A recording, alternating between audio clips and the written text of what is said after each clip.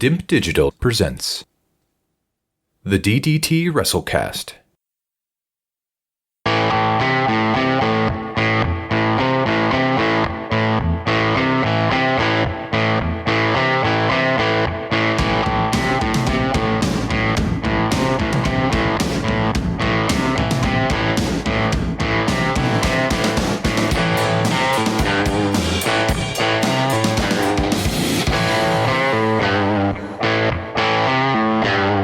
Hello, Apps here from Dimp Digital. Welcome to the DDT WrestleCast. This is the weekly pro wrestling podcast where we review wrestling shows from the present and the past, and we react to the latest news from the wacky world of professional wrestling.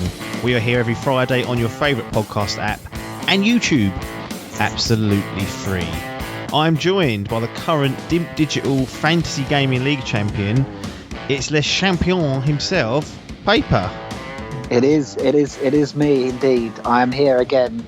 People must be getting sick of hearing me turn up now. Yeah, well, you're in now. We were out of sort of the beta period of DDT WrestleCast. Had the trailer drop last week. Got zero traction, so back to the grind. We've got a reasonably big show ahead. Actually, I'm quite interested to do this one because we're here to review WWE NXT TakeOver in your house. This is Paper's first TakeOver event, and I believe, and you can correct me if I'm wrong, this is your first kind of exposure to the NXT brand as well. You've seen a bit of SmackDown and a bit of Raw on the old pay-per-views that we've done previously. I think we had the women's match, didn't we, at WrestleMania? But this is a full sort of NXT branded show. I don't know if you've ever bothered looking at any stuff on the network of them up until now. Yeah, no, this is my first foray, should I say, into the world of NXT.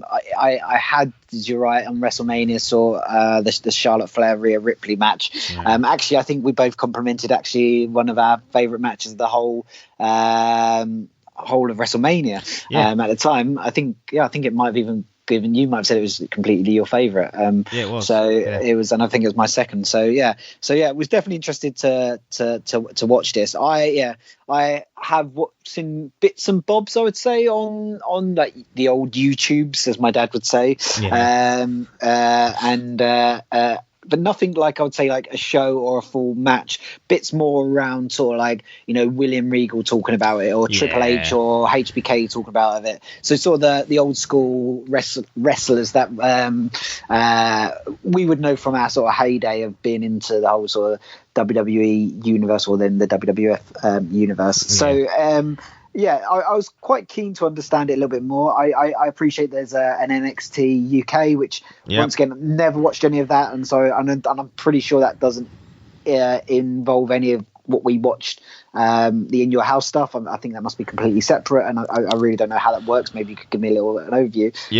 This is definitely the first time into NXT. Yeah, so sometimes there will be a little bit of crossover between NXT and NXT UK, like for like 2 months, a couple of wrestlers might go over to NXT and vice versa.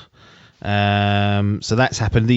Well, I don't know what they're doing with the Cruiserweight Championship, but there's an Irish fella, I've forgotten his bloody name now, but he's got it, and he was from NXT UK, and he got it just before the pandemic kicked in. So he's sort of stuck over in the UK with the belt. That's why they've been doing like a tournament to decide who's going to be the next sort of cruise. They said interim champion, and they sort of removed that, and they gave away the championship final on the TV show they do on weekly. I thought that would have been a good final to have on this takeover event, but it was a very trim takeover event. What was it, about 2 hours 20, something like that? So it was short, which I guess we always appreciate with the amount of wrestling it's about, and especially when we've got to try and do something live. But yeah, so there's a bit of segregation there. They normally do like a Worlds Collide event once a year, and then that allows for like a crossover, and they mix and match now and again, but usually the storylines are pretty separate.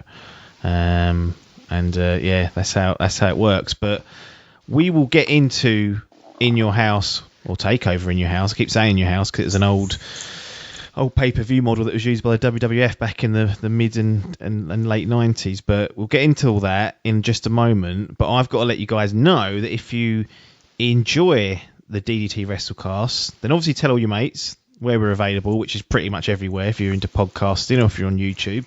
Totally free. And then if you want to support the show, you can tip us or you can earn some cool perks. My personal favourite is the Be the Booker. So if you pledge at a certain amount, you'll be able to suggest or force us basically to run shows based on the events that you've chosen. So you can pick something out of the archives going way back or something more modern, and we will do that for you. And if you want to take a look at what's available, head over to patreon.com/DDT Wrestlecast, and you'll have the opportunity to become one of our very special patrons there. But cool. I'm definitely going to become a patron. I'm going to suggest one.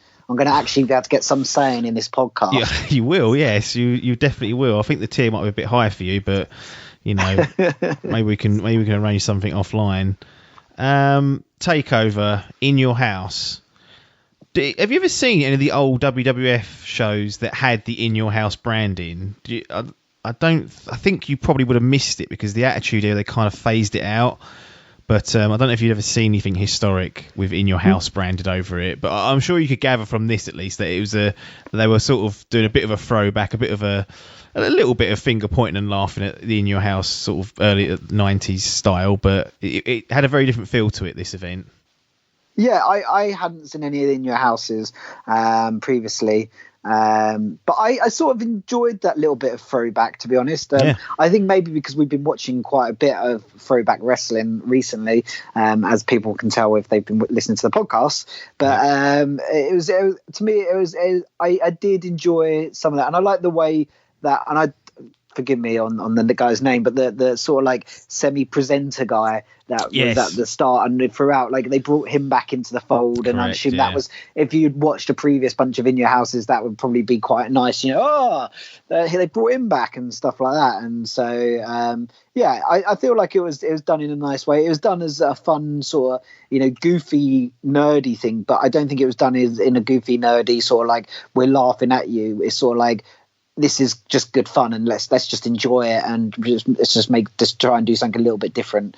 So I enjoyed it. Yeah, no, it was good. I've forgotten the guy's name as well. I had it earlier on, but it's escaped me. But yeah, he was knocking him out. I remember because I watched all the pay-per-views from WWF from pretty much the start all the way through. So I remember him popping up. I remember him giving away the house, and they referenced that in there. And I really liked the opening to TakeOver, where they used they were using old school promo music. They did like a video package at the beginning. That was an old piece of music they used to use during the 90s, and they kind of cut it in a bit more of an old style with a filter over it. And I really kind of appreciated that because I always think they were some of the best promos they did was during that time. But this is the first time that I believe you have seen a WWE event with some fans or some the performance center people under contract like wrestlers and whatnot, same as what AEW do, but they finally crumbled. The main difference here is they are behind some sort of plexiglass plastic or thingamajig. It reminded me of like an ice hockey match. They have those like plastic boards up and people banging on them. Robot Wars, that's what. Oh yeah, yes, Robot Wars as well, of course. Cannot forget that. Those robots, I don't know if you've ever seen them when they used to go backstage and like look at them. They are fucking massive. They're huge. Gary wanted me and him to enter it once, but he never got the form and filled it out, and I was just a kid, so I was not going to do it. So, who knows? But yeah, they look fucking huge. Yeah, because on the telly they don't look that big, but. We digress. A bit of Robot Wars, a bit of throwback. We're all going back to the 90s here, so why not? Why not chuck some Robot Wars in there? Although maybe that wasn't the 90s. Early 2000s, maybe late 90s. Who knows? Something around that period. We'll suss it out. But what did you think of? Well, I think easily we can say the fans added to the atmosphere as they would, or the wrestlers around the ring. What about having them behind this plexiglass type thingy that you might see at Robot Wars? Did you think that was a good idea? They're obviously conscious around social distancing, which is why they've done it. Do you think like it added to it, detracted from it, or wasn't really an issue? So I guess there's sort of 2 points here. I think the social distancing thing is if they use that as a reason, that's sort of a little bit bullshit, if I'm being honest, because no one was social distancing behind that barrier. No. So they're all on top of each other there anyway, and I'm sure they're all sort of, from the like WWE, academy or whatever it is anyway. So they probably all know each other. I personally think like having the crowd there is a plus. Like it gets points for having that crowd. It just brings a little bit of atmosphere, even if you can't have massive amounts of atmosphere, and even if they're just they've been told to do some chants and some bits and bobs and stuff like that. I know it just adds a little bit more to it, and it sometimes takes away from, which we've seen in some of the previous pay-per-views in WWE, that sometimes you get some. I do like some of the talking in the ring, but some of it's just a load of shit, and I don't really want to hear it. Especially when it's every match, you're like, yeah, exactly. You're like, I don't want to hear dialogue like talk about everything and stuff like that. And so hearing one or two things, or picking some stuff up and in between crowd go, oh, did they say that? And it sparks a new sort of energy. In terms of the Perspex stuff, I've got nothing against it. It looks a bit flimsy, and maybe they could have hardened it up, but it enables like for the bashing. And you're right, it's a bit like hockey. So and like Robot Wars, as we mentioned, like where it's a bit more like brutal, and we're trying to protect the crowd and all that type of stuff. But yeah, it just looks like it could fall over. Yeah, that was my main issue with it. That it looks. You could see when they were banging on it, which I think is a great thing. Like the great thing of having that plexiglass up is that it creates another bit of noise, like you can kind of do like a drum or whatever, but you could actively see that they were frightened that it was going to be flimsy and were sort of lightly hitting it. They couldn't just smash it. Like if you could just solid that up a little bit where they could whack it hard, you get a much better atmosphere in there. But for what it is, it's not the end of the world. This event took place at Full Sail University, which is where NXT normally is filmed and broadcast. It was a behind the closed door, so anyone that you saw in the crowd would have been, under contract or part of the WWE universe, as they like to call it. But yeah, it's an interesting look at how they've decided to do it. They've obviously decided that they want to now have some fans or some noise in there, and opted for putting up the flimsy plastic. Yes, definitely tighten it up so that they can really make some noise of it. Moving on to the matches, we had 6 matches, which is probably why it was a bit brisk, which is good for us. Now, if we were watching an AEW pay-per-view and then it flashed up that they're going to have a 6-woman tag team match to kick things off, I would go and make a coffee, I think, and think, right, I'm just going to take this time to get myself properly prepared for when the event starts. Now, NXT have a plethora of good women wrestlers, and they did a 6-woman tag team match. How did you find this opener? We always like the opener to sort of dissect it and see how it kicks off the event, but for a women's match against the AEW, I feel like this was just, I couldn't believe my eyes when I saw it. I thought, oh god, but then realising it's NXT, I know they've got good wrestlers there, and I thought was a good match. Yeah. I think it's I think we've come to the agreement that it's hard to compare NXT women's or WWE's women's division to the AEW women's division. AEW have got about 4 women that maybe can wrestle really well, and then you start sort of losing that. But whereas NXT, as I said, like I don't know much about the NXT brand or the wrestlers, so this was also new to me. So a lot of them were new. One of the things I didn't quite understand, and the reason I didn't, and actually they did it really well in the other matches, they didn't give me the backstory to this match, and it sort of just went into this sort of, this was made being this reason, and it definitely was, it just felt like 3 baby faces versus 3 heels, into some sort of strange way, just to try and get people on the card and stuff like that. However, saying that without no real backstory to it, it just sort of felt like it was thrown together. The match itself was really good, and there was some really, really good spots in it. There was and I'm going off memory here, people, because I didn't make any notes because I was a bit of a slacker on this one. But like there was, I enjoyed the bit where there was like the triple sort of big move. So I think, I can't remember who it was when did the Topo Sido through the ropes. I think she sort of clipped her heel a little bit and almost, and it didn't go as well as she'd hoped. You could see the rope wobbling afterwards, which I felt a bit sorry for her. Then you had the little lass, jump up on the ropes and do a backflip or a flip off the top of those, which was quite good. And then you had the Welsh girl Tegan Knox go off the top turnbuckle. This was all onto the outside of the ring, and that was a really good spot. And like, it was just nice seeing the girls do those big moves, and I was really sort of invested in that. And I personally, I always tend to find myself swinging more towards heel, but actually within this match, I did want the sort of baby faces to win, which they obviously went on and did. And it was just, I just thought it was an all round good, enjoyable match. There wasn't like any outside influence. It was just like all 6 girls just sort of went on their own merit and just put on a good little match. And I say little, it's a good 10 minutes, but it's they put on a good match and they kicked the show off well. And so I personally, at this point, I'm sitting there thinking, you know, this is quite good. You know, have we just peaked early on? Because, you know, after my experiences recently with Money in the Bank and WrestleMania, I was thinking, well, when's it going to go wrong? I was pleasantly surprised with this one. Yeah, I know why you went towards the baby faces on this occasion. It's because Tegan Knox is Welsh, therefore British. I think as soon as you found that little bit of information out, you was like, right, got to back the Brit, regardless. I reckon that's probably what happened subconsciously. Yeah, it's like, there we go. Absolutely. But yeah, Mia Yim, Shotzi Blackheart and Tegan Knox beat Candice LeRae, Dakota Kai and Raquel Gonzalez. Tegan Knox and Dakota Kai kind of have been having an on and off problem for months now, so I guess that's a way of putting those together. But yeah, I was a bit disappointed there was no package to it, because we haven't been watching the TV, so we're not really up to speed with what's going on. And I think that there's a lot of people in our shoes that just can't watch all the brands and all the TV. But it's nice to watch the big events when you can. I think you should always try and lead with a video package if possible, but wasn't to be. Decent opener.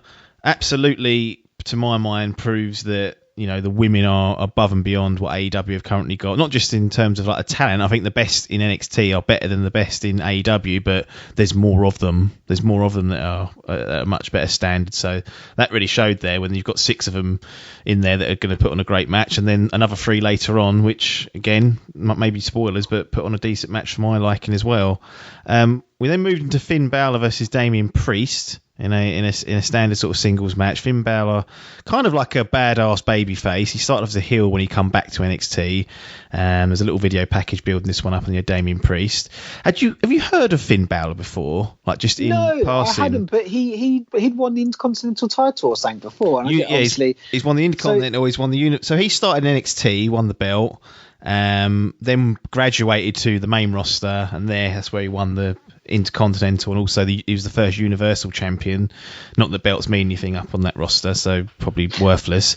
And then sort of was stalling because they just creatively they have a bit of a loggerhead up on the main roster. I find came back to NXT. And he's kind of found a new lease of life where he's putting on some great. He can always put on a great match, Finn Balor, but I think he's just allowed to be a bit more of himself rather than having Vince going, "That's no good, pal."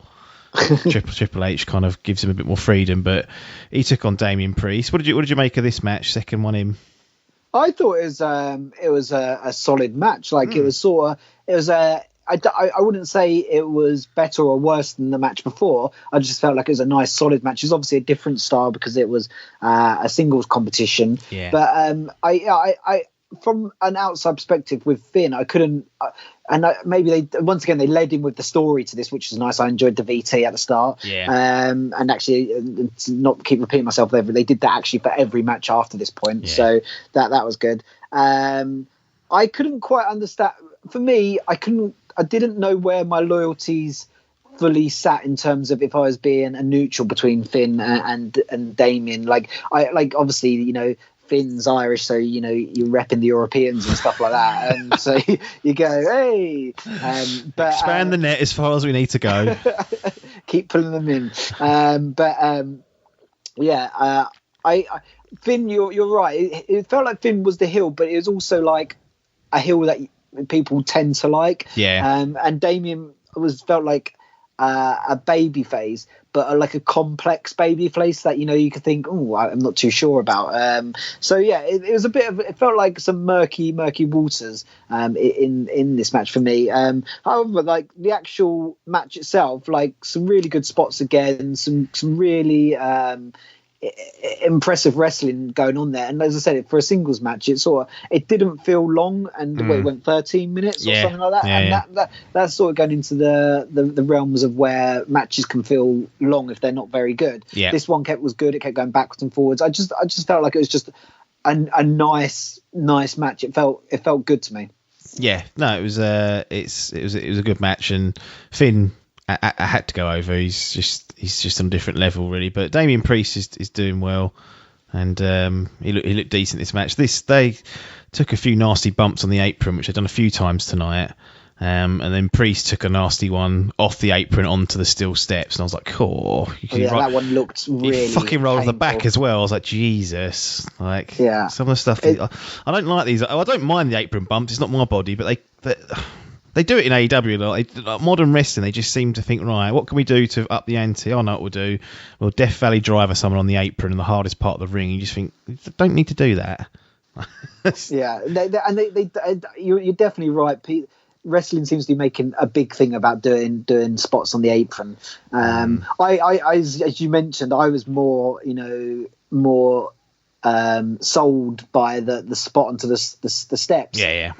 So like more of that for me than maybe the aprons. So like equally sometimes like you see a spot done on the apron and it just looks poor. And you think, oh, and they're like, it's on the apron. It's like, but it doesn't look great. So use the apron from time to time. Don't get me wrong, and really make a big deal out of it. But don't keep using it in every match and every opportunity. You lose some of the impact noise as well, because the middle of the ring is designed and mic'd up properly. It obviously creates like a much more louder noise when you land flat in the middle of the ring. Like sometimes on the apron, the impact's lost. You know it probably hurt more than the middle, but you lose some of the audible stuff. But Finn goes over 30 minutes. I thought it was a good match.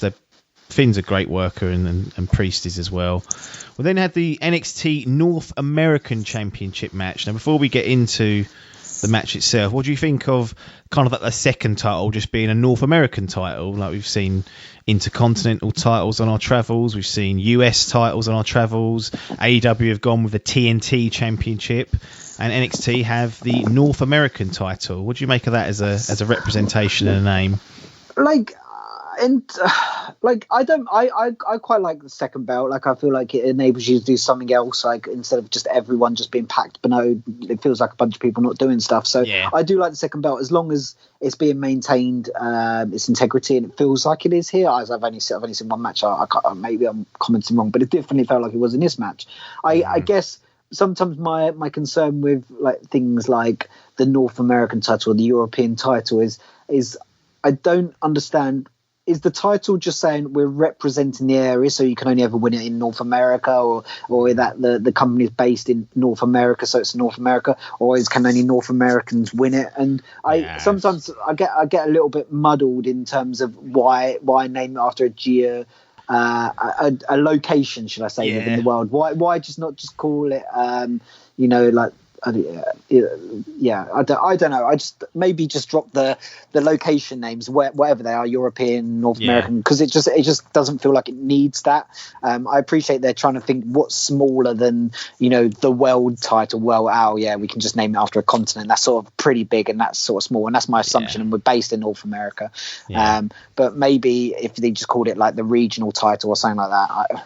It's a tough one. I think it's just they need to name it something, and it was so used to it being geographical locations, like with the United States Championship. So at that point, you were representing the US of A. North American includes Canada and other areas, so it's a little bit of a broader spectrum. The European title, although it was won in Germany, and Bulldog was the first champion, so we had one on European soil and one by a European. Obviously, over time, that went over to the US and was won by all sorts of, people from different backgrounds. There didn't seem like there's any restrictions on them. I guess you're just representing that area. You always like the European, well, obviously because we're from Europe, but because it wasn't the home base of the WWF, I always quite liked that there was some representation, and you'd find that when they used to come and visit and do like a UK tour or a European tour, it didn't matter if the European champion was heel, the crowd would get behind them because they were like their champion, if that makes sense. Different when it's a North American title, because they're all their events are pretty much there exclusively, but I always liked that about the European title, but the North American title's fine by me. Yeah, it's good. Like I think maybe if people like, because that's my understanding. If it was like the wrestlers come out and say, right, I'm now repping North America and stuff like that, and I think maybe that's not a bad way to do it. Well, we talk about belts not having meaning, and it's tough to give this one meaning when it doesn't mean anything. Like TNT title, they are using pretty much the television title, and it's representing the network and that stuff. They've kind of gone for that, and Cody's like, well, I'm going to defend it every week and all that stuff. So you kind of get why it's different from the world title in that it's he's trying to defend it every week, give or take. But that will soon dry up, and it'll become pay-per-view or Fyter Fest style dynamites that'll have to do it. But it's always the trouble with a second title. You just got to find a reason to have it, but. It gives these guys something to fight about. It gives Keith Lee, who's the champion and still champion, he defeated Johnny Gargano. Longest match of the night, 20 minutes, 35 seconds. You've got a huge man taking on a relatively small man in wrestling terms. Like Johnny Gargano's build is 5'10". Very rare do you see anyone under 6 foot on the main roster, but NXT is a different kettle of fish. I had a couple of problems with this. And I'll get them out of the way because I thought generally the match was pretty good.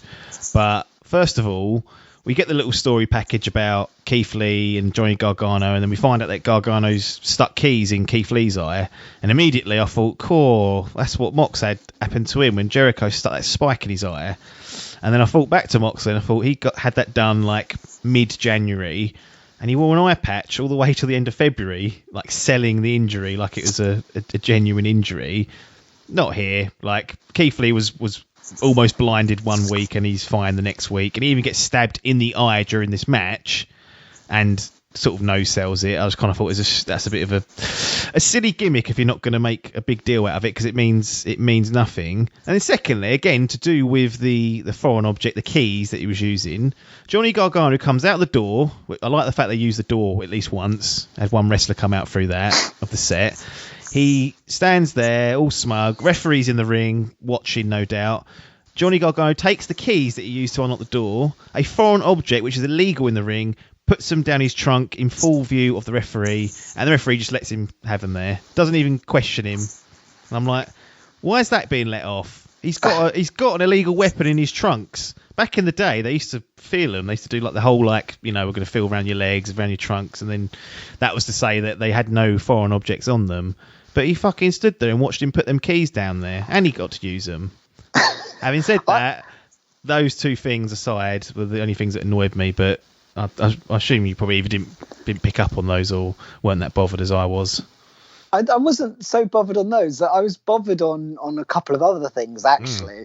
So, I really enjoyed this match, if I'm being honest. Like, I felt like it was one of those ones that built really, really well, and the more it kept going, the more I kept getting into it, and it was one of those ones, that it starts a little bit slow and then builds and builds and builds, and I'm finding myself more and more and more investing as we go through it, and there was some great spots in it. But the thing that wound me up was when Johnny Gargano tried to run away and he tried to go back through the door. One, the door's not real, you can walk around it and just go backstage, stop staying at the door and go. Two, he's got the keys down his pants, so why is he not, why is he trying to knock to go in?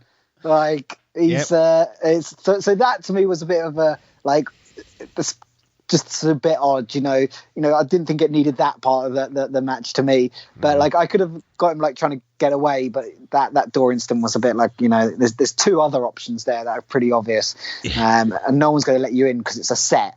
It's not a real bloody house. Like, apart from that, like there was some great spots in it. I loved the bit where when Keith pushed Johnny through the Perplex. The screen. And I thought like that was great. Like that to me, that was like that felt hard, and It felt really, really well done, like the spot taken and stuff like that. And I really got that like that point. And I like the bits, like where they were worried about the count outs and stuff like that, and like this was coming in because it's a championship match, and Keith's out there and he can't pick him up to get him back in the ring, and it's going to be a 10 count, and he's having to go in and out, to try and stop that happening. And obviously the same happens with Johnny, and then Keith just picks him up and carries him in. I was completely, when he got hit in the eye, I thought that was going to be, that's the end of the match. Hill's going to win this and going to take the title, and he's going to sort of get it cheatily. So when he kicked out, I was a bit like, I didn't expect that. So that was a good move. I guess the only sort of slight criticism, I've already given it one, but one of the other sort of things that sort of not wound me up, but like if you thought about it, sort of gives it away. So like Keith, I really, really like Keith Lee as a wrestler. It sort of took me back to sort of the Attitude Era, where you had some of those bigger wrestlers that actually could put on a good show. Because so people like Big Show and Mark Henry and all that lot. Like at one point, I think Keith Lee did like a spinning heel kick, and I was like, "Fucking hell, that guy's athletic for his size." So I was pleasantly surprised. However, my gripe with Keith Lee was that. He wore his boxers on his coat, and it had the Black Lives Matter on it. And I've not got a problem with that. I think I completely actually think that's brilliant, stuff like that. However, my problem was the WWE are not going to let someone coming out wearing Black Lives Matters after the current situation to not win the match. And so like and in my head I was thinking from the get-go, I was thinking I can't see Keith Lee not winning this, because it strikes a bad image for the company. If they do let some like yuppie little white guy overcome the black guy who's trying to make the point. And so and it's not like it's let's be honest, it's not like it's real sport where someone come out and wave that flag and then they can lose the boxing match or the football match or whatever it is. The end product is scripted, and so the creative team I don't think would allow that to happen. So in my head I sort of knew Keith was going to win, and so that sort of in my head sort of not gave it away, it sort of dampened it a little bit, because when Johnny did put that key into Keith Lee, and I thought in my heart I was like, he's going to win this, and then there's also I've already got those murmurs back, but is he really going to lose this because of what Keith's wearing and stuff like that? And so I think it's great that they got the point across, but it also sort of maybe I was just looking into that too much and thinking, well, that's giving me away. But I thought like was that the right way to do it, to not give away the result? Yeah, I'm surprised that more wrestlers didn't have something like an armband or something like that. And then that particular observation you made wouldn't have been a problem, because you'd been like, everyone's wearing something to support the cause, which is the right thing to do. But he was considering. I think I didn't watch everyone's attire for the whole match, but his one certainly was one of the more striking ones. And like you said, no problem him doing it. But you're right, the optics of Keith Lee losing to Johnny Gargano in this manner, in this climate, would have been poor. It wouldn't have been good optics. Having said that, I have got an observation in the next match that is very poor optics for what's going on in the world today, and we'll get to that when Adam Cole took on Velveteen Dream. But yeah, I was surprised to see that there wasn't as many little bits and pieces like that, like what Keith Lee had his trunk. I was expecting armbands or something like that, but maybe... because there's plenty of other wrestlers on that card that could have had some sort of emphasis on it, as you said, and then it would have been like, well, everyone's doing it, that sort of makes sense. But it felt like only one person did it, and you don't want that one person then losing their match. No. So that was I guess the point I was trying to make. Yeah, again, and also once you kick out of getting keys in your eyes, I kind of at that point know the ending's going to be Keith Lee. They do this too often. That happened. When that happened, I was like, Keith's 100% is. And they drag it out for a little bit too long after that. And I'm like, I know what's going to happen now. Like you've done the big thing. The best wrestling matches have that happen, and then you think, well, that's it, it's done, and then somehow Johnny Gargano wins it with another little sly trick. I actually think back to Cody versus MJF, because he hit MJF with, I think, two Crossroads, and that's what he was using as his finish. And he went for a third one, and when he got to number 2, I was like, oh, that's it, he's done now, because he won't get out of that. But he had the ring in his pants, and he managed to hit him with it. But yeah, it was a decent match though. I mean, the size difference between these two makes for an interesting spectacle. I will say that I've seen Johnny Gargano and Keith Lee in far better matches with other opponents. Like Johnny Gargano versus Finn Balor on the last takeover was excellent, and so was Keith Lee versus Dominik Dijakovic. They were both better matches than what's been put on here, but this was no disgrace. And if you're going to have that's the longest match on the card, those two could carry it, probably win a couple of minutes too long. Like we said, once we kind of had the key spot, we kind of knew what was going to happen for sure. But it was a good match, and Keith Lee keeps the North American Championship, which presumably means he's not going to the main roster, or going to another roster, I should say, depending on your perspective, anytime soon. A couple of others have gone recently, like Matt Riddle and Dominik Dijakovic have both gone to SmackDown. And Keith Lee, out of all those three, to me, has the biggest upside on SmackDown or Raw, just because of his size and his personality. But he's going to stay in NXT for a little bit longer. I don't think it'll be long, though, before you see him on Raw or SmackDown eventually.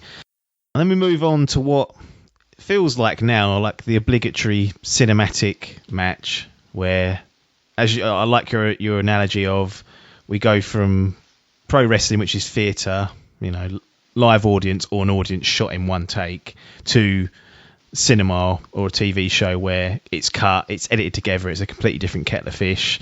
And that was the Last Chance Backlot Brawl for the NXT Championship. So the fourth match on the card, and the main male belt is up for grabs. Adam Cole takes on the Velveteen Dream.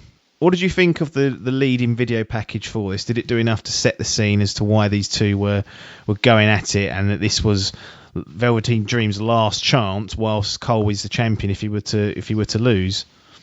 Yeah, I got the gist of it, and I got the what was at stake, which was nice. I didn't feel like my assumption is the Velveteen Dream wanted the shot at the title, and it's as simple as that. It was nothing really around Adam Cole. It's just like he wanted the shot. He believes he should have had that shot, and actually, if I remember correctly, he technically feels like he should have won, but the referee was knocked out in a previous match, and should have had the belt in that match. I like so therefore the way they sort of set it up. I sort of had context around it. I enjoyed seeing William Regal pop up.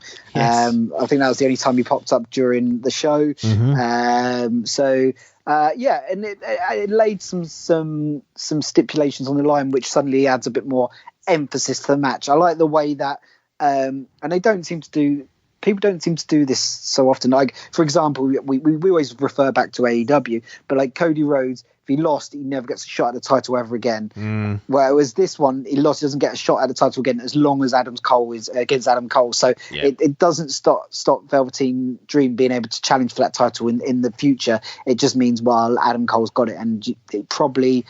How long he's going to go, I don't know. My assumption is he's probably not going to go for a million miles longer, because he's just overtaken the longest person, and they probably don't want that to be a massive hold, because then if someone else comes along and they want to build up, after someone comes along, they want to build up, then they probably don't want it to be suddenly be like a 3-year, 2-year reign that they've suddenly got to overtake. No, yeah, it's a bit of a cheap stipulation in that sense. There's rumours floating around that Adam Cole, his contract is coming up in the next sort of 6 months or so. He does have a history with the Young Bucks. He's been on BTE plenty of times before his NXT run with WWE. So there's some rumours flying around that he may jump ship, but. Well, that's not even his big one. His girlfriend's Britt Baker. Yeah, so. Yeah, of course, yeah. He was.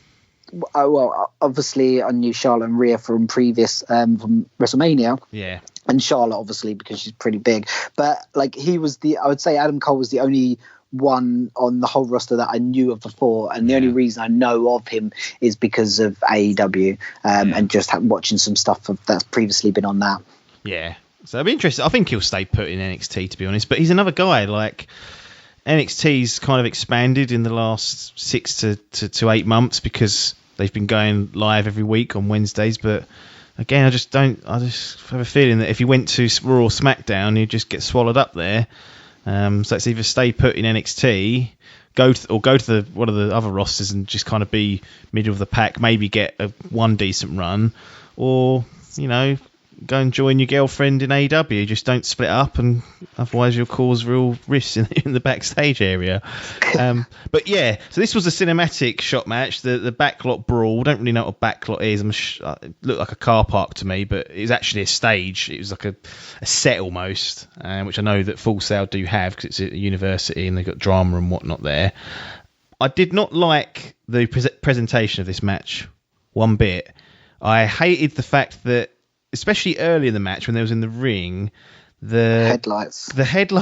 God, right, if you're going to have the headlights on, fine, but then don't have the camera at headlight level so that it shines in my fucking eyes.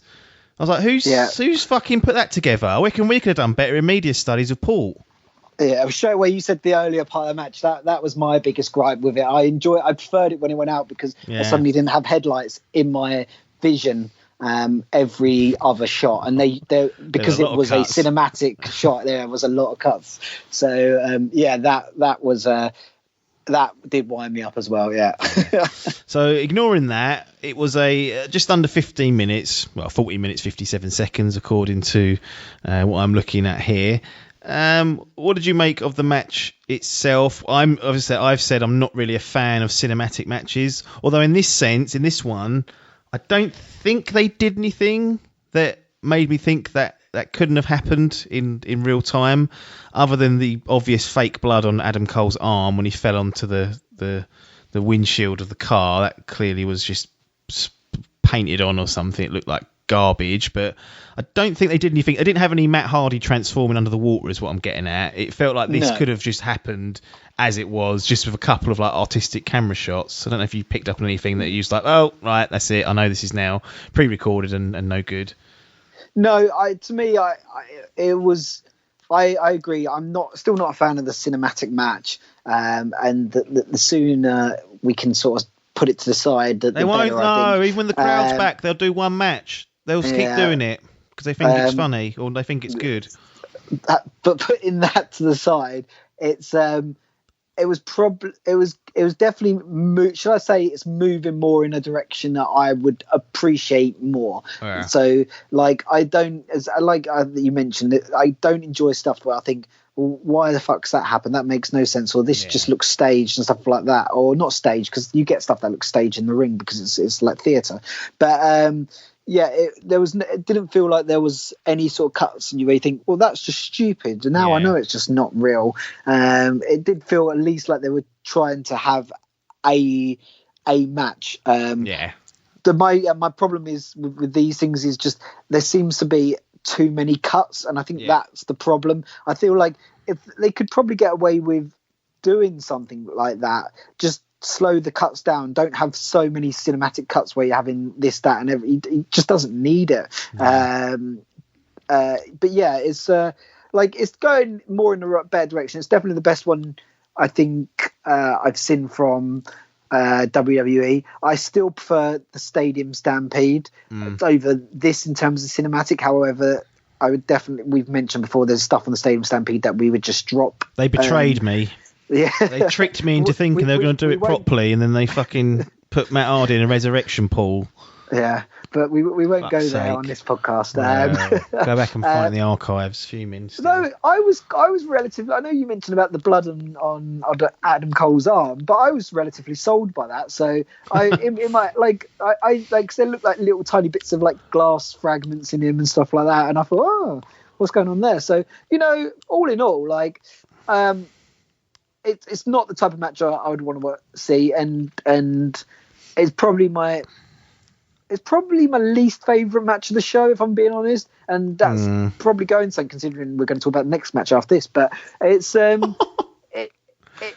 feel like it's going in a better direction, and so I can appreciate that. However, saying that, the spots in that felt like proper spots in this match in comparison to maybe some of the other matches like the Undertaker's match at WrestleMania and stuff like that, or the Funhouse match as well. So they actually felt like they was doing proper spots, which I can appreciate, and you can realize that that's hard. So like the finisher into the chairs looked fucking horrendous. So like that was really good, and I did enjoy that. I feel like I would have enjoyed it more if it was just a bit grittier in terms of production. I feel like it's too productionized. Yeah, and it's a shame because we're talking about the production and we're not talking about the wrestling. Yeah, that's the trouble though. When you do these cinematic matches, the focus comes off the wrestling because it's just a bunch of spots sort of cobbled together, and you're focusing so much on not being blinded by a fucking car light because they decided to put the cameras at the same level. Yeah, it was a decent match. I was surprised to see it this sort of in the middle of the card, but then again, I think they kind of got the order right in hindsight with what they ended with for sure. But I mentioned earlier that there was some potential bad optics going on. Oh yeah, what was that? Well, you have Velveteen Dream, a black man, and then at one point you have him on the floor being kicked and beaten up by 4 white guys, all heels. I just thought this was recorded, I believe, before things really heated up on that area, so you kind of give them a pass. They could have cut it out because it was pre-recorded and cinematic. But I don't know. I just thought that with everything that's going on, I'm surprised they left that in. It just looked bad having like 4 white guys just kicking a black man on the floor with what's going on. I don't know. Maybe it's it's obviously everywhere at the moment. It just makes you wonder, but especially with WWE, who are doing their best to come across as an inclusive and forward-thinking company. You just thought maybe they would look at that and say that's probably not right to have that in here at the moment. But I'm sure a lot of people didn't even notice. In all honesty. Yeah, no, I know what you mean. It probably didn't come across quite so well. It probably didn't need all. Didn't need all the interference. Like they didn't need the Uber part as well. That was another thing I thought that was a bit shit. Where she was like turned up and it's like this is just all staged. What the fuck? And both doors are open. You go through the Uber. There was another thing as well. Like I remember when Velveteen Dream. Well, Adam Cole was getting into the car to just try and drive off or something like that. Velveteen Dream was hitting it with the baseball bat, and in my head I'm thinking, why is he just not smashing the windows? And if that was me and you're hitting a car with a baseball bat, I'm smashing that window. I'm not smashing, denting a little dodge in the side. It makes sense why he didn't smash the main windscreen, was because that's the one that Adam Cole fell through later on in the match. But at least you would have smashed one of the side windscreens in, or not sides, but the side side windows in. I felt like that was a little bit, considering it's so cinematic, they could have put bloody shit fucking glass in or whatever it is, the stuff they have bottles where they smash over each other's head, the sugar glass, wherever it is. They could have done that. I felt like they could have done maybe a little bit more on that, but all in all, not too bad. There's it gets a pass. I'd say it's not great, but it gets a pass. Yeah, they didn't let it rumble on too long. Yeah, the interference could have done without. I don't know why. It's weird because who was that guy that came from out of the ring and was? So I don't know. I've not watched any, and so they didn't actually explain who that guy was before as well. So like, if someone like me comes in that's not watching TV, I have no idea who he is and why he's stealing 2 of those minions away and throwing them in the boot. I didn't either because he wasn't in the packages. I know Bobby Fish and Roderick Strong are part of the stable that Cole heads up, so they're like the tag team part of it. So I wasn't surprised to see them turn up, but I don't know what Loomis is playing at. I'm sure someone will correct us who watches it day in, day out. We then have Karrion Kross taking on Tommaso Ciampa. Now, I heard you a minute ago saying that you said that your least favourite match was Adam Cole versus Velveteen Dream, and that's saying something for what happened next. I'm getting the feeling that perhaps you didn't like this match. I think it's... I don't know if it's not I didn't like this match. I found it just a bit odd and unsettling. So it was your quintessential squash match. However, maybe I'll come into the entrance afterwards, but it was a squash match against, from what I can make out, someone who's actually very revered within the business. So absolutely.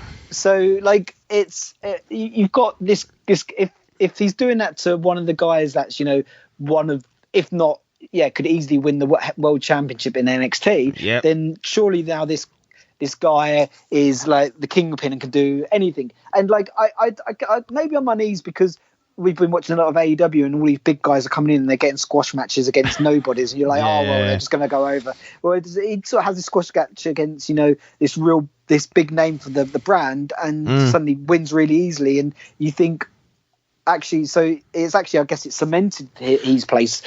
So yeah, I guess it was a bit uneasy. I felt really uneasy about not uneasy about the interest. I just couldn't.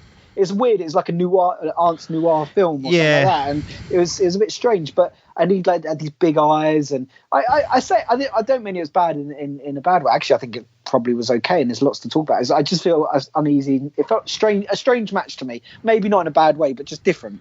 Yeah, I think this is actually, and this will surprise you, this is actually probably my favourite match on the card, because for a while I spent a good few months watching NXT week in, week out, so I got quite familiar with Tommaso Ciampa, and he, like you were correct, he was really revered within NXT, former NXT champion, tag champion. I don't know if he's won the North American title, but I'm pretty sure he has somewhere along the line.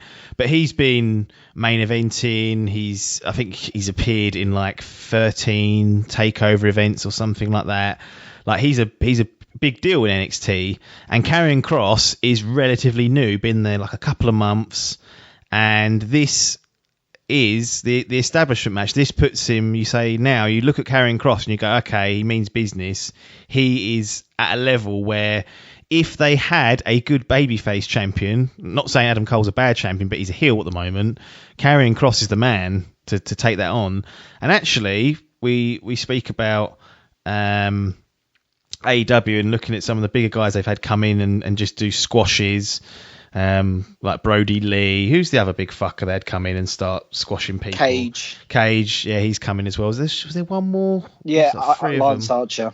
Oh, and Lance Archer. So they came in, and Cage has only had one match, to be fair, or probably two by the time this is dropped, but he's had the ladder match and one other on the Dynamite. But Lance Archer and Brody Lee. Jesus, what has gone wrong with me? I think it's the lack of sleep. Brody Lee. They were pretty much, for most of their matches, squashing guys left, right and centre. So especially when Brody Lee then took on Moxley for the belt, it was a bit like, where is he in the pecking order? And it actually took that match with Moxley to define him as, okay, he's not good enough to win the World Championship against Moxley, but now we know he's a tough bastard and he can hang. But going into that match, I think you'd agree that both of us were sort of like, yeah, Brody Lee v Moxley, that's a bit of as a main event, that's not really well established. But I think what they've done with Karrion Kross is the right way to do it. You build him up through the weeks against lesser opponents, then you put him on a big show like TakeOver, and he just dismantles someone who has been a figurehead in this business and in this brand for years on end, a former champion. Tommaso Ciampa tries to get some head of steam going, but just can't, just shut down every time he tries, and then he's choked out in 6 minutes 13 seconds. And now you know that if you see Karrion Kross again, you know what level he's at. So if he goes on to have a world title match, you know he means business. So I actually think that this is the right way to do it, and AEW had missed a trick in building up some of their newer guys. But that's just I don't disagree completely. I think it was just the take back of the shock of not seeing something like that recently, and I was just like, I was stunned that the way he just dominated Ciampa. I was expecting Ciampa to put up a really good fight and it would run 20 minutes, he'd get 50-50 in, but he, just knowing what I know about Ciampa, that was, and then there was like, no, Karrion Kross is the real deal. And I was like, Jesus, he's one to keep an eye on. I had one thing that annoyed me that I made a note of. Karrion Kross did an F5. Now, that's Brock Lesnar's finisher. It's fine. It's quite a good move for big guys to do. I think Wardlow does an F10 where he just chucks them off his shoulder and they spin around twice. On the commentary, they mentioned that it looked like something the Beast Incarnate would do, which is what they call Brock Lesnar. Why can't they just call it an F5? They just went, this move here, it looks like the Beast Incarnated. I was like, just call it an F5. We know it's an F5. They don't like to call things the same name, trademark. I'm sure they say that Brock Lesnar suddenly gets branding rights, and they have to pay him some cash or something along the lines. It's nonsense. If you come up with a name that's called like the Cross Cutter or some bollocks, and then do it. Don't just say that move several times. And I was like, I know what that move is. Say it. Say F5, you pricks. That's a nice segue. What did you think? It's funny you should say that, because there's and this is a relevant news. There's an ongoing sort of Twitter spat at the moment between Brian Cage and Lacey, whatever her name is on SmackDown. Yeah, because she does that jump where she jumps onto the ropes and then sort of moonsaults off the top. And Brian Cage was doing that, and then I think there was a load of beef going on Twitter going, "Oh, you're copying Lacey," and he was like, "Loads of people have done this move before, Lacey and stuff like that." And so it's this whole who owns the moves. I think it's nobody owns really any moves anymore. No. Actually, it's funny. All of a sudden, I was listening to Undertaker the other day on YouTube, and he was saying how he can't say anything to anyone now when he sees people walk along the top rope.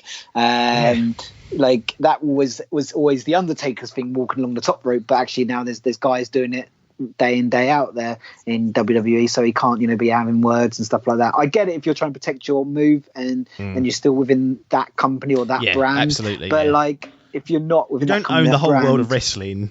And it's likely that Brian Cage may have been doing that before.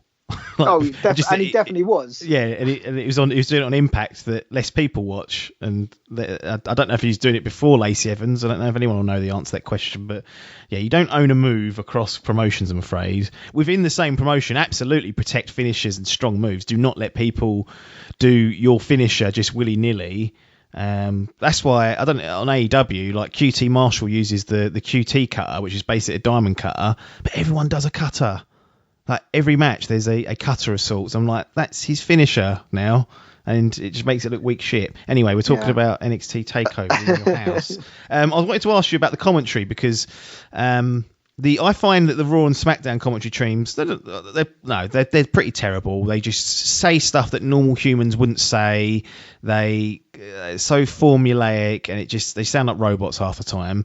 The NXT is very different because they have Mauro Ranallo there, who is just 100 miles per hour, going mad, shouting, making you either pumping you up or fatiguing you. What did you think of Ranallo during this particular event? I'm assuming this might be the first wrestling event you've heard him call. You may have heard him call a MMA or a boxing event back in the day, but how did it fit with watching him do some pro wrestling? I quite liked it. I didn't sort of pick up or take away any of the three commentators as sort of like saying I really like that person's style and stuff like that. Like one of the commentators was Hall of Famer, the woman, I forget her name. Oh yeah, Phoenix. Yeah, that's it. She's fucking dreadful. She's awful. But I quite enjoyed the commentary. One of the things actually that by asking this question you reminded me about is actually for the first time in watching WWE events, I'm hearing references to things outside of the current WWE universe. I heard mentions of ECW days, and I heard and not to segue into the next fight or anything, but they were talking about the Japanese circuit and stuff like that, and I was thinking all these things that it seemed banned on Raw, SmackDown and so forth, suddenly they're a bit more liberal with that, and that's one of the things that we always say we they're not fully liberal, as in they won't talk about like the AEW, Ring of Honor and all that stuff or New Japan, but they it feels like they will understand wrestling outside of the world and a bit of the history, and they will refer some of that into their knowledge, and I just think that adds weight to them as commentators, because it shows that they've got knowledge of their subject, which a commentator should have, and they should have that historical knowledge and that knowledge of the wider domain, so that they can when they call things, they can relate it to other things or understand when there's a reference to something else going on. And I think I did enjoy that from NXT, I must admit, and I can understand why the NXT after this pay-per-view, I would assume is an older audience than Raw and SmackDown. It definitely feels like they're aiming a bit more towards the mature wrestling fans rather than the child wrestling fans. Not all the time, but definitely they're more on that wavelength. Yeah, I had the median age group for people that watch it, and it was either Yeah, so the median age, which is basically a way of working out an average. I can't remember which way they do it nowadays, what medium and all that is now, but it's a form of working out an average. And the NXT's median age is 55. So you're right, falls into the older demographic for sure. It was during this match that I noticed also that the bell was ringing twice. I don't know if you picked up on that. When they started a match, a bell would go in the background and a bell would then go like through the microphone. So I don't know whether there was a disconnection there, or it might have been my stream. It could have been that, but then I thought I'd have been hearing other things twice. No, I didn't notice that at all. My stream did go out of sync at one point. I had to, re-buffer it, but apart from that, nothing else. No. We then got an advert for the greatest wrestling match ever coming up. Oh yeah, Edge and Randy Orton. Next week's podcast. Backlash. So we look forward to tearing into that if it's not the greatest wrestling match ever. It's already been recorded apparently, so it's going to be. I don't know if it's going to be. I think it's going to be more in line with it's not going to be gimmicked. Like it'll be presented as an actual match, but they've already done it, so we will prepare and see how that pans out. But I mean, you can't just go they're setting themselves up for failure, aren't they? Like, there's. What if it is though? What if we next? I don't know what can make something the greatest wrestling. Not with those two. No, they both like Hall of Famers, like fantastic wrestlers. But you'd think in 2020, can Randy Orton and Edge, who's got a surgically repaired neck, put on the greatest wrestling match ever? Their words, not mine. You would. If you were betting, you'd go, I probably were going to bet against that, but I'd be happily proved wrong because I'd like to see the greatest wrestling match ever. If it's not the greatest, even the greatest bloody wrestling match on that card, but it's just it's going to be livid. Yeah. Oh, yeah. Like it's like there's just it's hard once you've sold something like that. You're setting yourself up for failure, even if you've pre-recorded it. Like you could have all the gimmicks in the world, and it could just be like sometimes the rawness of a match can just be like, wow, that's amazing. And like we refer to AEW a lot, but in my head, if it's not better than the Hangman Kenny versus Young Bucks match, then I don't want to know, because to me that's match of the year so far. So, and I've not watched a lot of wrestling, but for me, like that stands up as match of the year. So they've got to beat that in my eyes. It is in many people's eyes, so it's not an unpopular opinion. We then had our triple threat NXT Women's Title match. Io Shirai, Charlotte Flair and Rhea Ripley. We'd seen Charlotte Flair and Rhea Ripley at WrestleMania put on my favourite match of both nights. But we go 17 minutes, 30 odd seconds, and Io Shirai comes up trumps, takes the title, leaving Charlotte Flair empty-handed, and Rhea Ripley well and truly called off now. Yeah, it's... I must admit, I was a little bit surprised at this one. I thought it was a good match as well. Like I enjoyed it. Lots of good spots. Imagine the next NXT pay-per-view being headlined with the women's title match, triple threat. Sorry, AW. Yeah, well, that's the thing. Like, it shows you just how much better the NXT. And I thought it was probably, out of everything, it was the right match to headline the show. It felt like it was the right setup. I just not sure it was the right winner, in my opinion, from what I saw in that match. So like, and I'll go a little way to sort of explain. So I come at this with, I guess, sort of relatively fresh eyes and not seen a lot. I have seen Rhea Ripley versus Charlotte at WrestleMania. We both really enjoyed that match. I think Rhea Ripley and Charlotte Flair both looked better wrestlers during the match in terms of their consistency, their ground game, their spots and stuff like that. However, Io Shirai, my understanding is, and maybe this is why maybe I'm being a bit unfair, is that they call her like the aerial wizard or something. I don't know what it was, or something like that. So I'm assuming all her spots are high spots off the ropes and stuff like that, and that's great and stuff like that. But I just felt like she was lacking the grappling, the in-ring stuff that I've come to appreciate over time. So I was a little bit like, to me that seemed like a strange way. Maybe I get it. Maybe they need some new stars and stuff like that. And I'm not sure how it's been taken in all the build up. And maybe she's a really good, and this just maybe wasn't her greatest performance, maybe. Maybe it was. I don't know, but I also thought the finish seemed a little bit weak. She sort of came off the top and she's just about caught Rhea Ripley's head. I thought she was like missed it. It was one of those ones where it actually looked like it probably hurt more than it being done properly. Like the legs just landed on her face, and I was like, Jesus, that's gonna be rough. Like you want to try and land sort of body where she landed so you don't just break someone's nose and knock their teeth out. But yeah, barely caught her. But even that, surely, like I've seen people, very often they'll count for a pin when someone's got them in a figure four or something along those lines, and they've got their shoulders on the floor. So why is it that Charlotte Flair didn't also? Was it not some sort of like? There's this ambiguity between it. Like you could have said, well, Charlotte Flair technically had the pin because she also had her legs wrapped around Rhea Ripley for the 3 seconds, and so I don't know. Like I felt like. Maybe their legs were just entangled too quick, and Charlotte Flair just couldn't. And Charlotte Flair didn't get really hit by the splash or whatever it was, and so couldn't pretend to sort of roll away injured. Yeah. But it did feel like the ending was a little bit botched. However, like as I said, I've just been critical quite a bit there. I did really enjoy the match. I did really enjoy the match. There was lots of good spots, and a lot of the stuff when Ori Shirai came off the top, especially when she came off the top of the house or whatever. Oh yeah, that was a good spot. That was a good spot.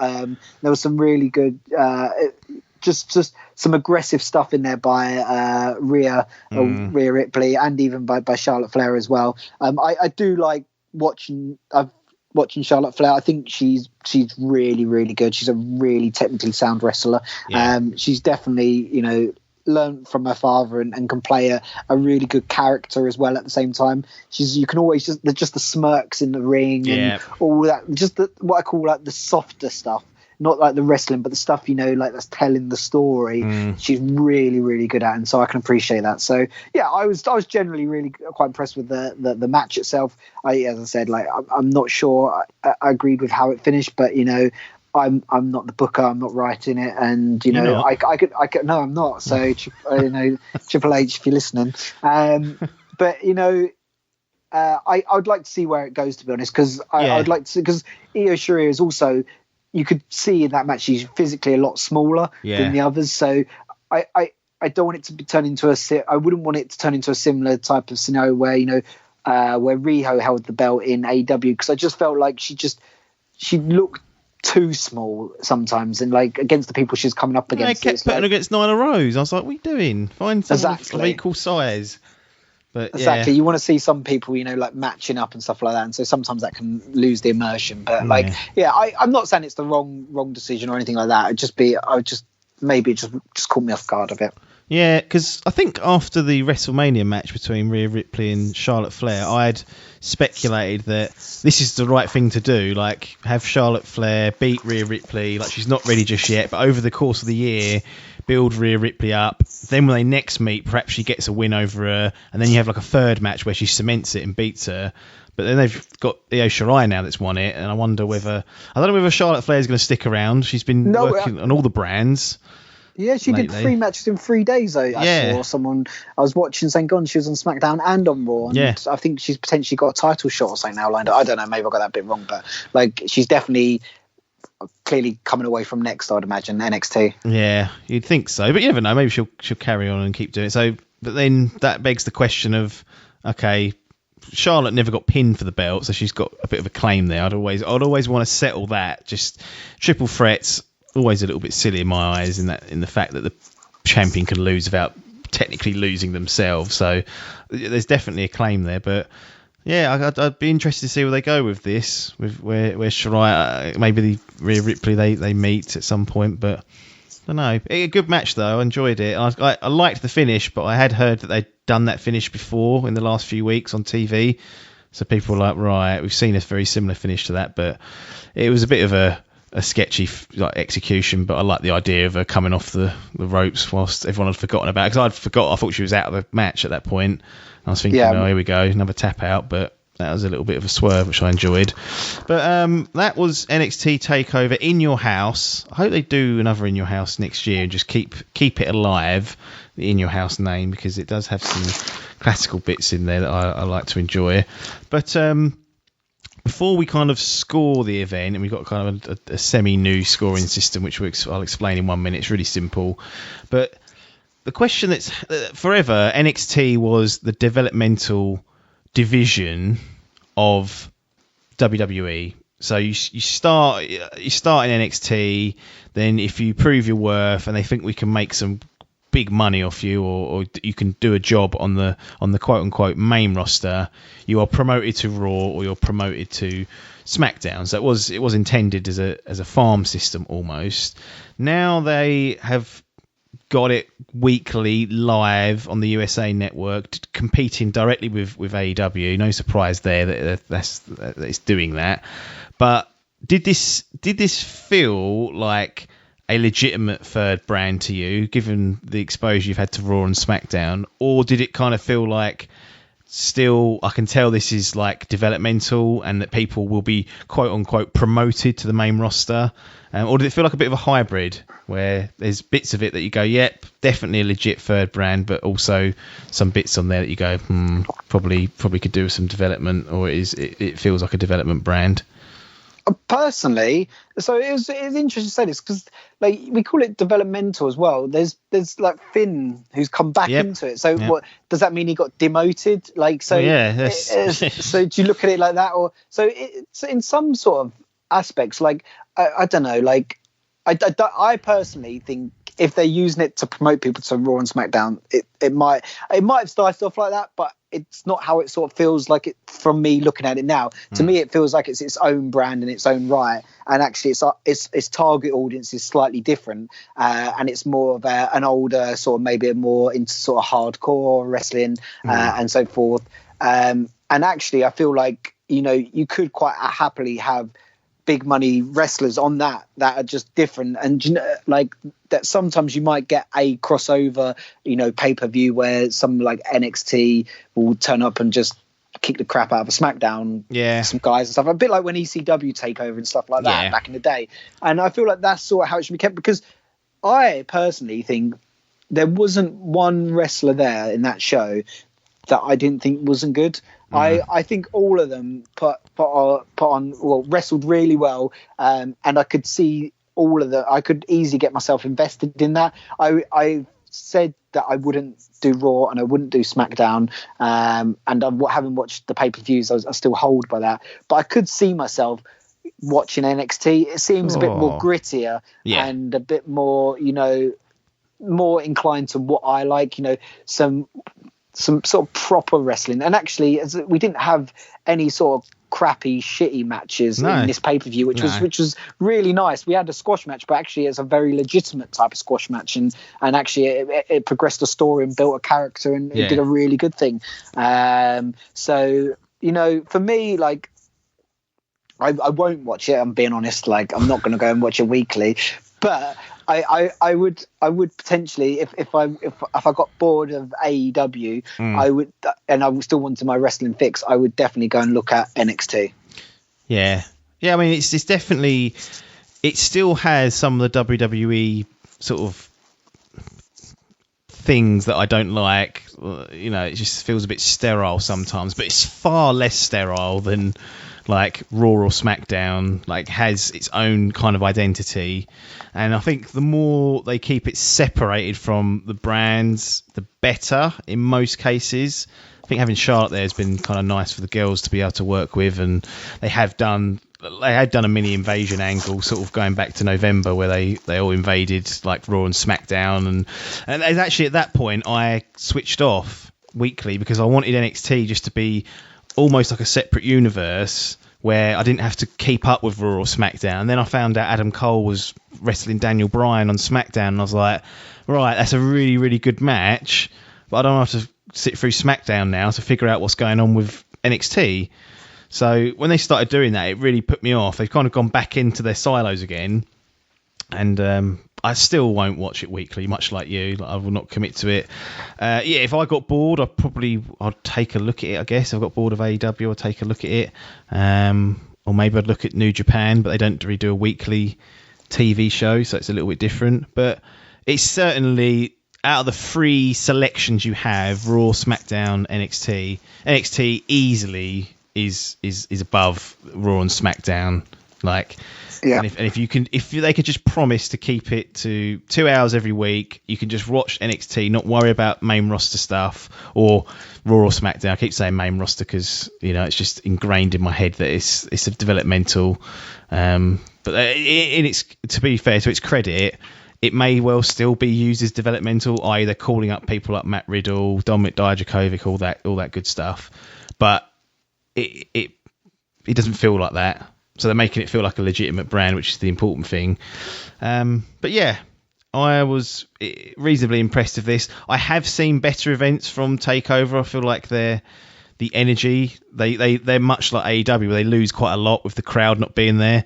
I'm not going to lie, I don't think Raw or SmackDown lose much because sometimes the crowd are actually trying to play against the baby faces when they get a smart crowd in. But generally, like NXT, they have a good, like, feverish sort of crowd there, which is always good to see. But it was a decent event, and it didn't run too long, didn't outstay its welcome. I think WWE, and we'll see with Backlash, they hope they keep it sort of 2 hours, under 3 hours. They're not being overindulgent with the big events or the pay-per-views. They're keeping them relatively short, knowing that it's difficult to put on a 3+ hour show with no fans. So I'm hoping that they carry that on with Backlash. And yeah, NXT, I think they've done themselves no disservice here. Wouldn't say spectacular, but still a very good wrestling show. And compared to Money in the Bank, I'm gonna watch In Your House TakeOver again if I had to, and probably and over WrestleMania as well, because that's 2 nights of fucking 5 hours or whatever it was. Ridiculous sort of state of affairs. Never doing that again. No. One general question: if you had the option, maybe two, if you had the option, say if NXT appeared on ITV like Dynamite does in the UK. Yeah. Would that tempt you to jump over ever, or if AEW still kind of got their hooks in and you don't think NXT quite has that yet to take it over, even if it was on a level playing field just in terms of broadcasting? Even if it was, I don't think I'd turn over. The reason being is that worry that you could become invested in an athlete. And they could then suddenly just get promoted, and you're like, oh well, that's shit. Now they're just gone. Yeah. And whereas at least in AEW, I can get invested, and the only way they're ever gonna leave is if they go to a different company, and then that feels different. That feels like doesn't feel like AEW shitting on me because they just want more money out of that wrestler. So so I would always probably stick with AEW. At the moment over NXT. However, I think isn't NXT free in the UK? Isn't that becoming? So we've mentioned about the network. Isn't that one of the free shows? I think Raw and SmackDown's going to be free on there as well. So Raw and SmackDown are free, but they are delayed. So I think it's like a 30-day delay. So you can. So yeah, it's not like. I thought when I saw that, I was like, oh, that's brilliant. No, yeah, because 30 days. No, because especially in the UK, BT Sport have WWE coverage, which includes NXT. So I don't think the network's going to have it like on the free version. They still have it on the paid version. So I don't know, maybe they will, but I'd be surprised if BT Sport signed that off for the UK version of it. But I didn't realise that. Yeah. So I have actually said in the past that in terms of just consistency, I find that NXT's wrestling quality is actually more steady than AEW. Like you get you get like a few little dips and a few peaks now and again, but generally it's like a pretty high level. Like very rarely is there a bad match on there. Whereas I find AEW, like they're a bit like schizophrenic. They'll go from like the match of the year to something just ungodly awful bad and then back up again, and they're kind of up and down. Did you get that feeling just from this one event that there's a consistency play that NXT probably has over AEW, where the highs are not as high but the lows are not as low? Oh yeah, definitely. You could mash this whole card into sort of one, because every match was really good quality, and I think we sort of said this pretty much the whole way through, even in the cinematic match. But nothing. I look back and there was spots, but there's no sort of like there's no real big highs or like, oh my god, I can't believe that's happened or something like that. Whereas AEW, it feels like AEW will also, they'll take a few more risks, and they like sometimes sticking a couple of fingers up at WWE. So like, I remember seeing somewhere earlier this week that a move got banned in WWE last week, and so AEW did it on Dynamite, the previous Dynamite, and just of course they would, if they feel like a bit like that younger brother that would always try and do something just to try and up his brother and stuff like that, and stuff like that. So I definitely feel like the ups are definitely a lot more up in AEW, but you do have some atrocious matches, and we let them know when it does happen. But yeah, it definitely felt like this was sort of like a very consistent level of wrestling, and it was good. Maybe they can't have the highs as much because suddenly they get someone that can bring the highs in there, sort of shipped off to SmackDown and Raw. Yeah. It's one of those things that the Performance Center, or whatever they're doing to train people coming up into NXT, or if they're just picking up from the indies and then chucking them on like a crash course if they need it to train sort of in the methodology of NXT. Like, everyone is so consistent generally for NXT, whereas even like on AEW, they just sometimes you just see spots that just completely botch and you think, oh, that's a real stinker, but then they'll go and have an excellent match the next match and it'll be just like, it'll knock your socks off. So yeah, I can see why people definitely stick with NXT. You're very rarely, I think, going to be treated as something bad, but you just might not get that bit of special sauce that sometimes AEW has. Let's move on to kind of scoring the event. So we used to do a 10 system. That's been binned because there's too many figures, I find. If you're doing 10, you ain't using the bottom half of that. I don't think people generally will. But it's been transformed into a much more simplistic system where you can either give an event 2 thumbs up, I thought it was a great event, 1 thumb up, thought it was a good event, sort of neutral, thumbs in the middle, 1 thumb down, didn't really like it, 2 thumbs down, thought it was dreadful. So where are you going to put WWE NXT TakeOver in your house, which aired June the 7th, 2020 from the Full Sail University in Winter Park, Florida. Attendance 0 behind the closed doors. Cool, the real pressure. So going off the back of the previous 2 WWE events, which we didn't score in this way, and I don't know if we scored at all.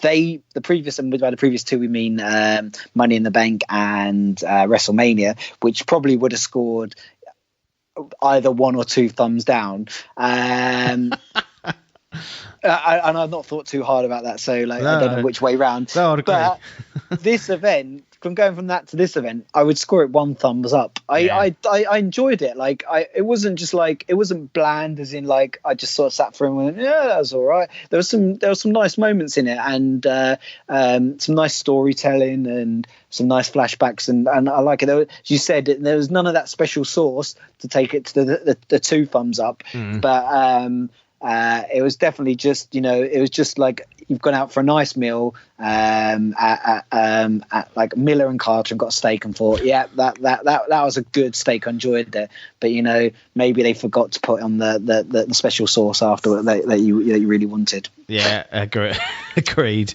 I'd also give it 1 thumbs up, and I'm kind of comparing it to some of the other takeover events I've seen, and I know they can do better than this. Like, they can really knock it out of the park, and they've definitely got the capability to do a 2 thumbs up for sure. It's just having the right mixture of wrestlers, and really like being in an arena with fans would really help that. I think it's really, really going to be difficult for any event to get 2 thumbs up the way it is. You can say it's unfair, but it's just I've been watching old NWA, Jim Crockett and WCW events, so I've gone from Starrcade 83, which we did. I think I'm in 1988 now. Cool. And God, the crowd there, they go nuts. And Flair is just unbelievable. Every match he's in, he's never in a bad match, and he's always the main event or close to it. Like, he's really is incredible. It's great to see him back in it. But yeah, the fans coming back will definitely help. And I think there's definitely, I've seen Keith Lee and Johnny Gargano, Adam Cole, Tommaso Ciampa all have better matches than this as well. So I'm going to reserve the 2 thumbs up for when I eventually see a combination that I really enjoy. But one thumbs up for me for NXT TakeOver in your house or streaming over the WWE Network. Right. We will be back next Friday, permitting any disasters or emergencies that pop up. And as you heard, Paper did all basically verbally commit to Backlash. So he's going to put himself through the ringer of a main roster or a Raw and SmackDown. I'm going to call it main roster because it's easier. A main roster show, which is Backlash. We're going to be treated to the greatest wrestling match ever, so don't worry. It's all going to be worth it at the end of the day. But we will see you back next Friday with a review and recap of WWE Backlash. And we're also going to work on doing a special event, which me and Paper have both watched. We've just got to find the time to record it and find a week where there's not a live event happening. And that will be Smack'em Whack'em from the WWE Network. It's a Coliseum home video that was released in the early 90s. And very, very interesting to say the least. So that will be coming at some point in the future. And we'll explain more when we get to that episode as to how that come about and perhaps how you can also do that. Patreon. And that'll be it. Nothing more for us to say apart from thanks for your time and ta-da.